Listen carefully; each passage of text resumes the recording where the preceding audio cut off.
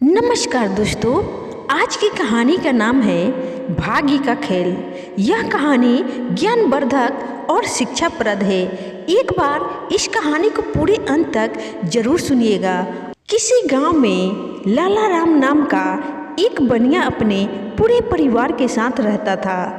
एक बार उस बनिए का लड़का 100 रुपये की एक पुस्तक खरीद लाया। उस पुस्तक में एक स्थान पर लिखा था कि मनुष्य अपने भाग्य का लिखा तो बड़ी ही आसानी से पा लेता है, लेकिन जो भाग्य में नहीं लिखा होता है उसे जी तोड़ परिश्रम करने के उपरांत भी पाने में असमर्थ रहता है। यह एक अटल सत्य है और इसमें परिवर्तन के लिए कोई भी उपाय नहीं है। बनिए ने इतनी महंगी पुस्तक खरीदने पर अपने पुत्र को बड़ी खरी खोटी सुनाई। पुत्र द्वारा अपने निर्णय को उचित बताने पर लाला राम क्रोधित हो उठा और अपने पुत्र को निखट्टू तथा विवेकहीन बताकर घर से निकाल दिया। बनिए का बेटा अपने पिता के व्यवहार से दुखी होकर किसी दूसरे शहर में चला गया। जो भी उसके संपर्क में आता उसे वह एक ही वाक्य में अपना परिचय देता। मनुष्य अपने प्राप्त व्यय को अनायास ही पा लेता है। एक दिन राजा की पुत्री चंद्रावती किसी उत्सव को देखने उस नगर में आई तो उसकी दृष्टि एक सुंदर राजकुमार पर पड़ गई। राजकुमारी ने अपनी एक सखी से उस राजकुमार से अपना मिलाप कराने के लिए अनुरोध किया।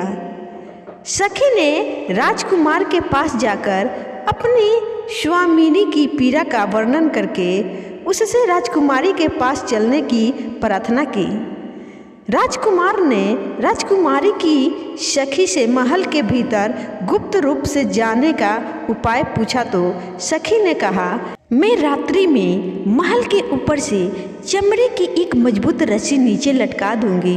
आप उसे पकड़कर निश्चिंत होकर ऊपर आ जाइएगा। रात्रि होने पर राजकुमार ने मन में विचार किया कि इस प्रकार छिपकर किसी पराई नारी से मिलना सर्वथा अनुचित होगा।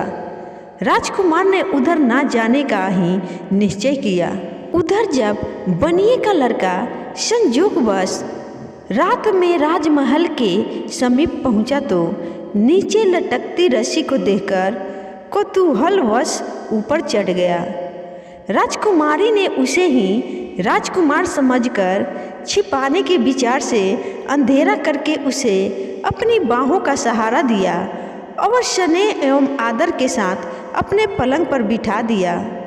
राजकुमारी ने प्रेम पूर्वक उसे बढ़िया और स्वादिष्ट व्यंजन खिलाए और फिर बड़े ही प्रेम भरे शब्दों में पूछा, आप कुछ बोलते क्यों नहीं? यह शब्द सुनते ही राजकुमारी को आभास हो गया कि यह युवक राजकुमार नहीं है, अतः उसे राजमहल से बाहर निकाल दिया।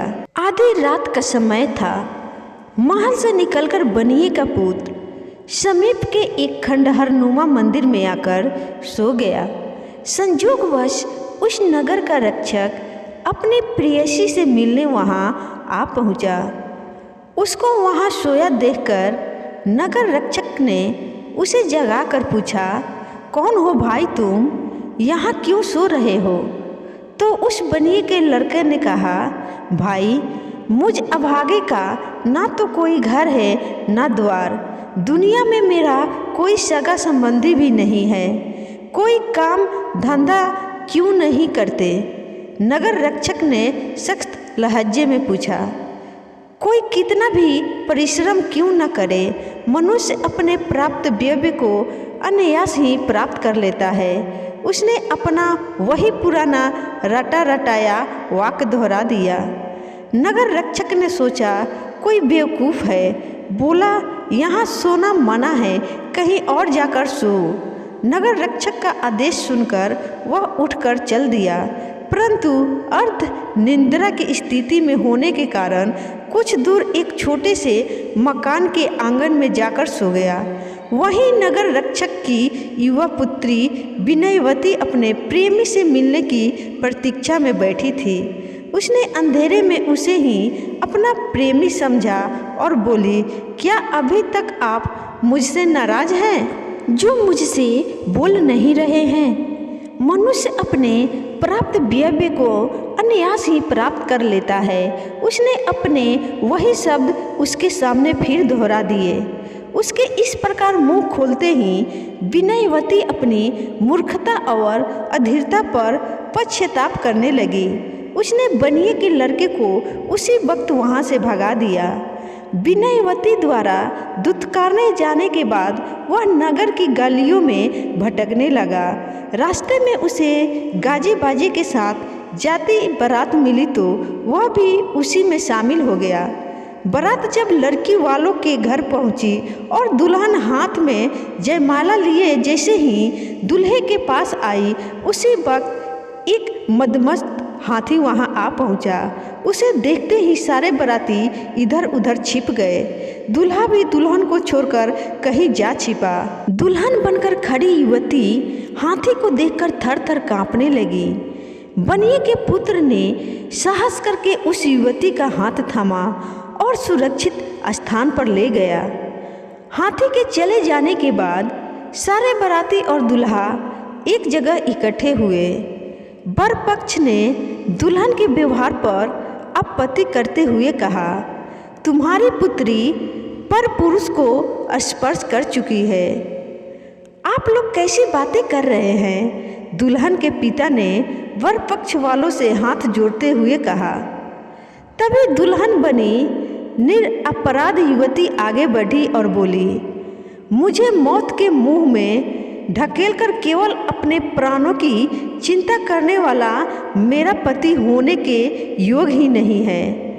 पर बेटी, यह तू क्या कह रही है? युवती के पिता घबरा कर बोला।